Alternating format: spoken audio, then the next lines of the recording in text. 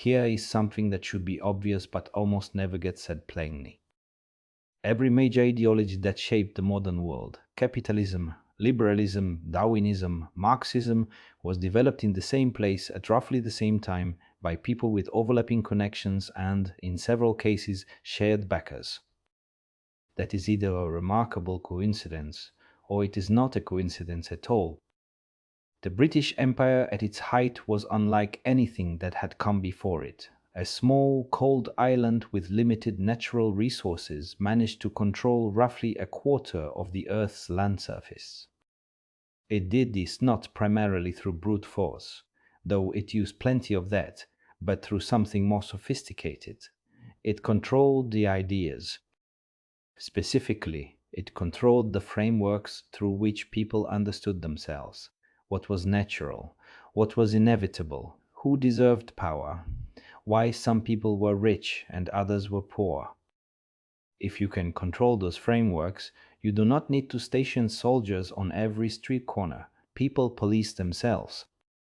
The question this raises is, where did those frameworks come from? Who built them and why? The central idea that underwrites modern liberal society is utilitarianism, the principle that what is good is what produces the most benefit for the most people, and that individual freedom should be maximized as long as it does not harm others. This sounds reasonable. It probably is reasonable in many contexts, but notice what it does at the level of foundations. It removes God from ethics, it removes tradition. It removes any fixed standard of right and wrong and replaces them with a calculation. Does this produce net pleasure or net pain? It dissolves religious authority over public life. It justifies radical changes to social arrangements as long as they can be shown to improve aggregate welfare. It turns morality into mathematics. The philosopher David Hume took this even further and argued that you cannot actually prove anything through reason, including the reliability of reason itself. All we have are habits of perception. There is no firm ground. This intellectual framework strip away God, tradition, and fixed truth, replace them with utility and reason was the philosophical infrastructure of the British Empire. It justified why the empire should exist, why it should expand, and why those who opposed it were backward. When Charles Darwin published On the Origin of Species in 1859, it became an immediate bestseller. Within 2 decades, it had become the accepted framework for understanding human origins. That is an extraordinarily fast adoption rate for a radical scientific theory. The theory itself, that species evolved through natural selection, remains one of the most robustly supported ideas in biology, but what accompanied it was something else, social Darwinism. The idea that competition and survival of the fittest apply to human societies just as they apply to animal species. In this framework, inequality is natural. The rich are rich because they are more fit. Empires expand because stronger civilizations overcome weaker ones. The suffering of the colonized is not an injustice, it is evolution in action. This was enormously useful to those who were doing the colonizing. It gave a scientific veneer to arrangements that benefited them enormously.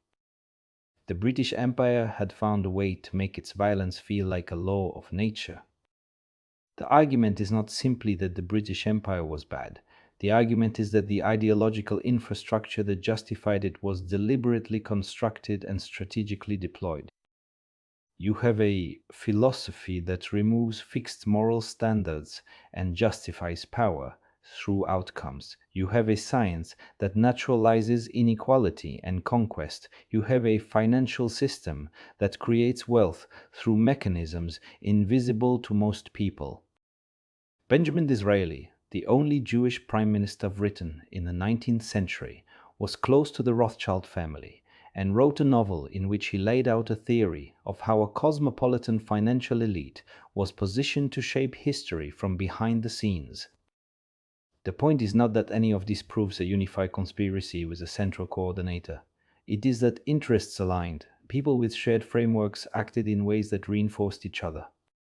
What is the relevance of this to the present?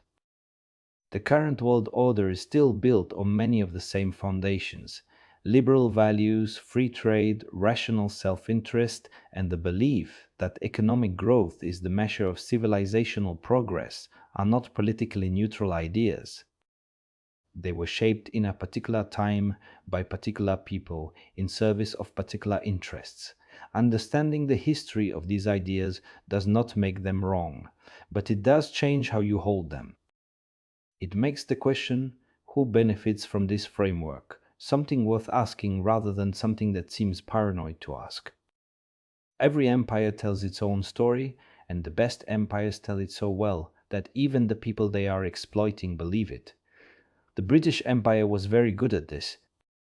What made it different from earlier empires was not its brutality. Many empires have been more brutal. What made it different was the sophistication of its self-justification. It had philosophy, science, economics, and literature all pointing in the same direction toward the naturalness, the inevitability, the actual goodness of the existing order.